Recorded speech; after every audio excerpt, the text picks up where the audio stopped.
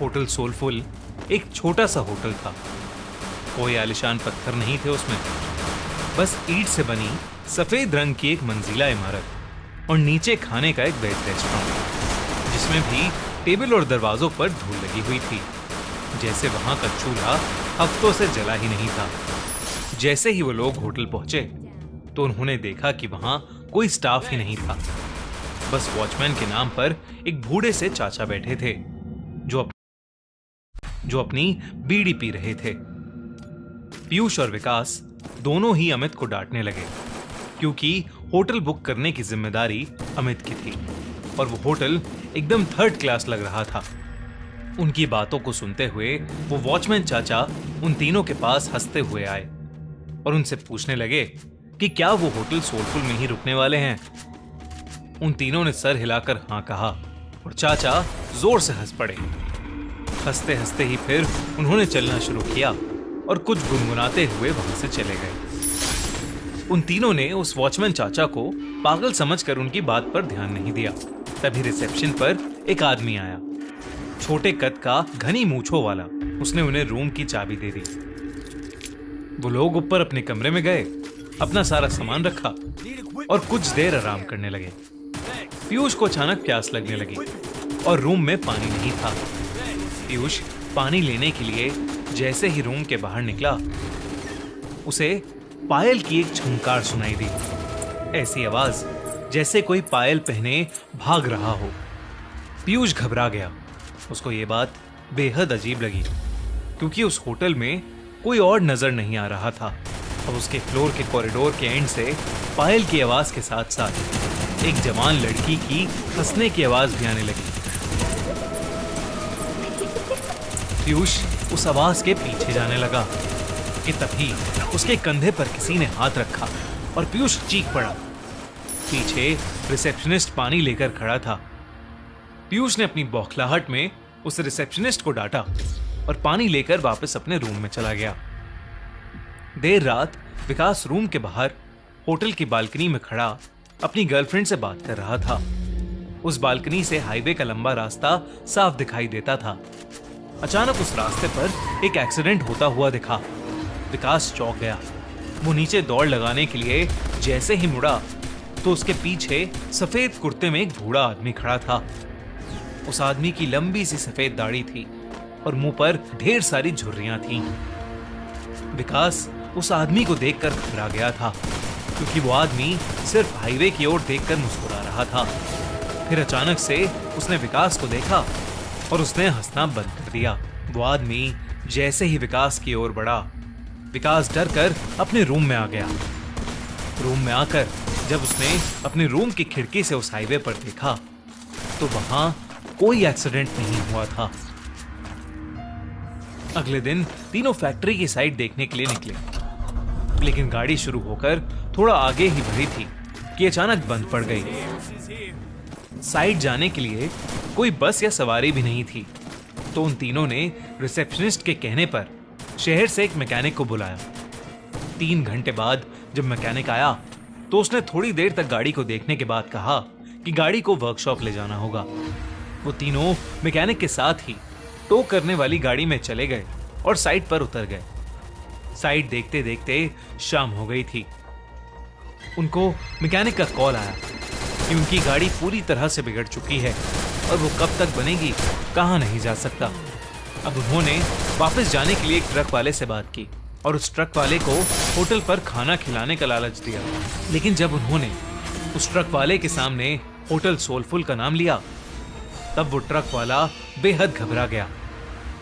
उस ट्रक वाले ने उन्हें बताया कि होटल सोलफुल में भूतों का बसेरा है। उसने कहा कि होटल सोलफुल एक कब्रिस्तान पर बनाया गया था।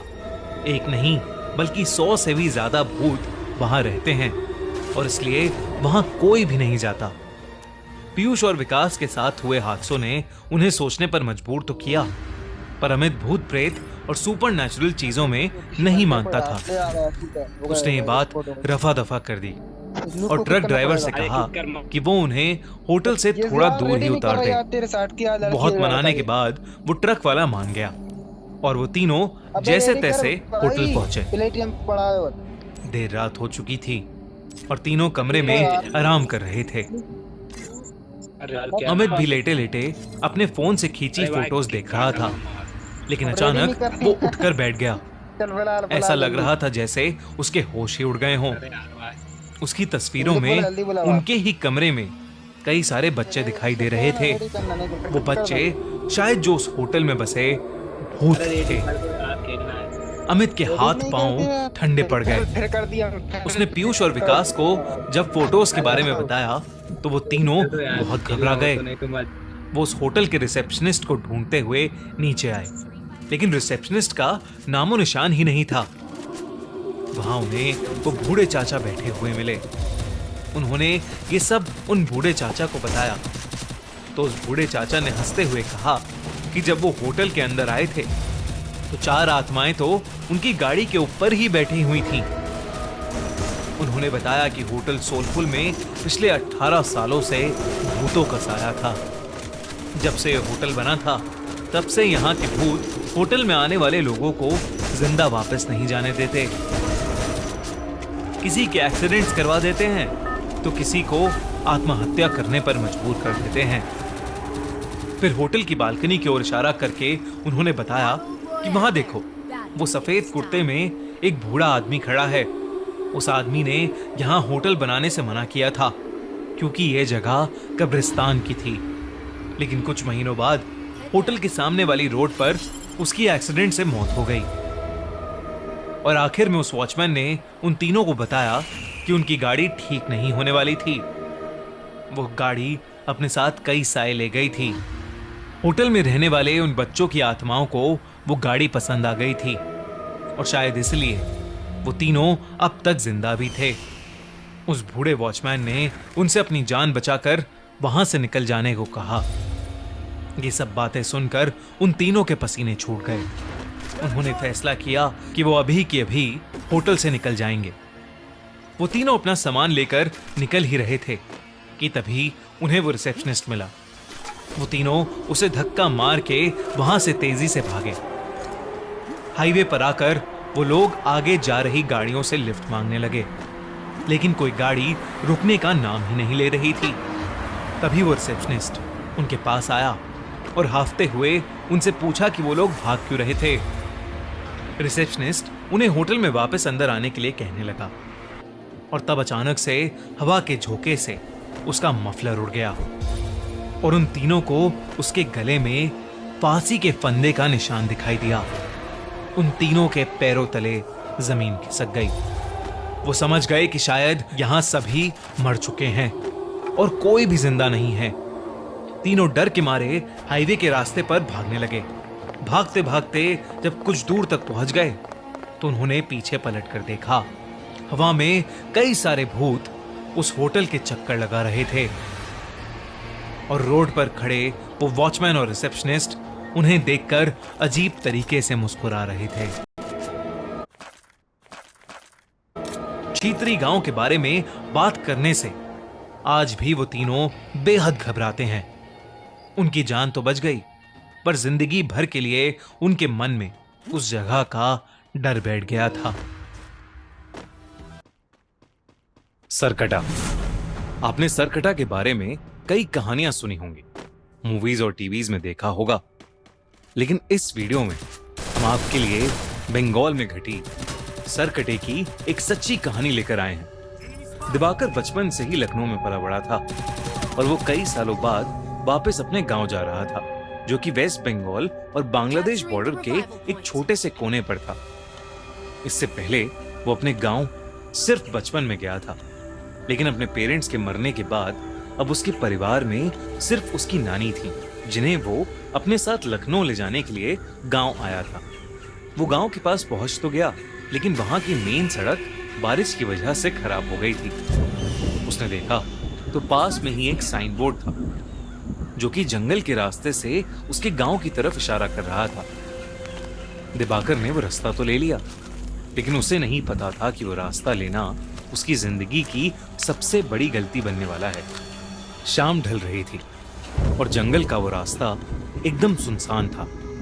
पूरे रास्ते में बस उसके अलावा और कोई नहीं था। कुछ दूर जाते ही दिवाकर को अजीब सा भारीपन लगने लगा और उसे ऐसा महसूस हुआ कि कोई 10 फीट का आदमी एक झाड़ी के पीछे खड़ा उसकी तरफ देख रहा है। दिवाकर को लगा कि झाड़ियों में कोई जानवर होगा, तो वो थोड़ा तेजी से चलने लगा और तभी उसके पैरों के नीचे कुछ आया, जिससे वो लड़खड़ा कर नीचे गिर गया। जैसे ही उसने पलट कर देखा तो उसके रोंगटे खड़े हो गए।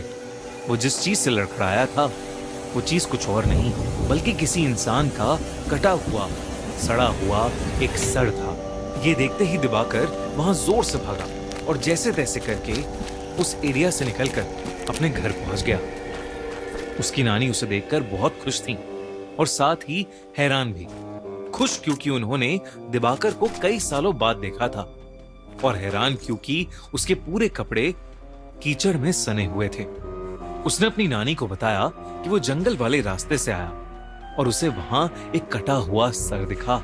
ये सुनते ही उसकी नानी का चेहरा एकदम सफेद पड़ गया। उन्होंने बताया कि वो जंगल का रास्ता गांव में कई सालों से सुनसान है क्योंकि वहां स्कोंदो काटा यानी सर कटा रहता है। कहते हैं कि उनके गांव में एक लंबा चौड़ा पहलवान लड़का रहता था।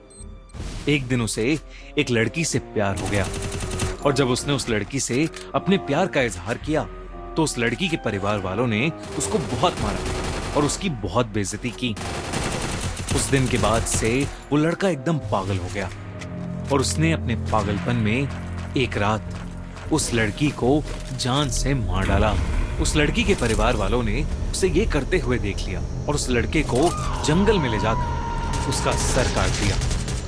उन्होंने उस लड़के के सर कटे शरीर को उसी जंगल में छोड़ दिया और कहते हैं कि तब से सर कटे की आत्मा अभी भी उस जंगल में भटकती है और वो अपने बदले की आग में जलता रहता है। कहते हैं कि अगर वो किसी को एक बार दिख जाए तो वो उसे भी मारकर सर कटा बना देता है। दिवाकर ये कहानी सुनकर चौंक गया था, लेकिन उसे इस कहानी पर विश्वास नहीं था। उसने अपनी नानी को कहा कि जो उसने जंगल में देखा वो कोई आत्मा नहीं थी, बस एक मरे हुए आदमी का सर था। उसके बाद वो नानी के साथ खाना खाकर सोने चला गया। जैसे ही आधी रात हुई, दिवाकर को सोते हुए ऐसा लगा कि जैसे कोई धीमी सी आवाज में उसे पुकार रहा है। उसने उठकर देखा तो उसके कमरे में कोई नहीं था। उसे लगा कि शायद उसकी नानी होंगी, पर जब वो उनके कमरे में गया तो वो गहरी नींद में सो रही थीं। उसे ये अपनी थकान का नतीजा लगा और वो फिर से सोने चला गया। लेकिन उसकी आंख लगते ही उसे फिर से वही आवाज सुनाई दी। दिवाकर ने देखा कि वो उसी जंगल में है और उसके ठीक पीछे एक 10 फुट लंबा आदमी खड़ा है और उसके हाथ में उसका कटा हुआ सर है। वही भयानक सड़ते मांस वाला कटा सर जो उसे रास्ते में दिखा था। वो सर अब दिवाकर से मदद मांगने लगा और उससे कहने लगा कि क्या दिवाकर उसका सर उसके शरीर पर वापस जोड़ सकता है। और मदद मांगते ही वो सर कटा बहुत ही भयानक तरीके से हंसने लगा और अचानक दिवाकर की नींद टूट गई। लेकिन जैसे ही दिवाकर की आंख खुली, वो कटा सर उसके ठीक सामने हवा में तैर रहा था और वो कटा सर वैसे ही भयानक तरीके से हंस रहा था। दिवाकर के होश उड़ चुके थे, लेकिन वो अपने बिस्तर से हिल ही नहीं पा रहा था। वो डर के मारे जोर से चीखा और तभी उसकी नानी उसके कमरे में आई और उन्होंने कमरे की लाइट्स ऑन कर दी। लाइट्स ऑन करते ही वो कटा सर वहां से गायब हो गया। दिवाकर घबराहट में बेड से नीचे गिर गया। जब नानी ने उससे पूछा कि उसे क्या हुआ है, तो दिवाकर ने अपनी नानी से कहा कि उसने बस एक बुरा सपना देखा है। उस रात दिवाकर सो नहीं पाया। उसने गांव वालों से उस सरकटे के बारे में कई किस्से सुने, जिसमें से एक किस्सा ये भी था कि वो सरकटा लोगों से अपने सर को जोड़ने के लिए मदद मांगता है और अगर किसी ने उसका सर जोड़ दिया तो वो पूरे गांव का विनाश कर देगा और जो लोग उसका सर जोड़ नहीं पाते वो उन्हें मारकर अपने जैसा सरकटा बना देता है। उस रात जब दिवाकर अपने कमरे में सोने के लिए गया तो उसने देखा कि खिड़की के बाहर एक अजीब सा लंबा सा आदमी शॉल ओढ़े खड़ा है। वो देखते ही दिवाकर घबरा उठा अचानक से उसका दम घुटने लगा। उसने देखा कि उस सरकटे का सर उसके ठीक पीछे है और वो अपने बालों से उसका गला दबा रहा है। इससे पहले कि वो कुछ कर पाता, उसे कमरे में एक तेज हवा का झोंका महसूस हुआ और वो एकदम से बेहोश हो गया। कुछ देर बाद जब दिवाकर की आंख खुली तो उसकी नानी उसके सामने थी। दिवाकर अपनी नानी को देखकर रोने लगा और उसने अपनी नानी को सरकटे के बारे में सब कुछ बताया। उसकी नानी बेहद घबरा उठी। दोनों ने डिसाइड किया कि वो सुबह होते ही उस गांव को छोड़ देंगे। उसकी नानी दिवाकर के कमरे में उसके साथ ही लेट गई। लेकिन कुछ ही पलों में जब नानी की आंख खुली तो दिवाकर बेड पर नहीं था। उन्होंने पूरे घर में उसकी तलाश की, लेकिन वो कहीं नहीं मिला। दिवाकर की नानी बहुत ज्यादा घबरा गई क्योंकि उन्हें डर लगने लगा था कि कहीं वो सरकटा उसे ले तो नहीं गया। उन्होंने गांव वालों से मदद मांगी और वो सब उसे ढूंढने में लग गए। जैसे ही वो जंगल में पहुंचे, उन्हें किसी के जोर से गुर्राने की आवाज आई। तब उन्होंने देखा कि दिवाकर एक बड़ी सी तलवार लेकर खड़ा है। दिवाकर की आंखें सफेद हो चुकी हैं और वो गुस्से से गुर्रा रहा है, जैसे वो बिल्कुल पागल हो गया। दिवाकर की नानी ने उसे आवाज लगाई, लेकिन नानी की आवाज लगाते ही दिवाकर ने एकदम से अपनी तलवार से सबके सामने अपना सर काट लिया। ये देखते ही सब गांव वाले वहां से भाग गए और उसकी नानी वहीं जमीन पर गिरकर रोने लगी। सालों बाद किसी ने सरकटे के हाथों एक मौत देखी थी और इसीलिए उस घटना के बाद सभी लोगों ने उस गांव को हमेशा हमेशा के लिए छोड़ दिया। कहते हैं कि बंगाल में उन जंगलों में अब एक नहीं बल्कि कई सरकटे भटकते हैं, जिन्हें स्कोंदा कोटा या कोंदा कोटा भी बोला जाता है।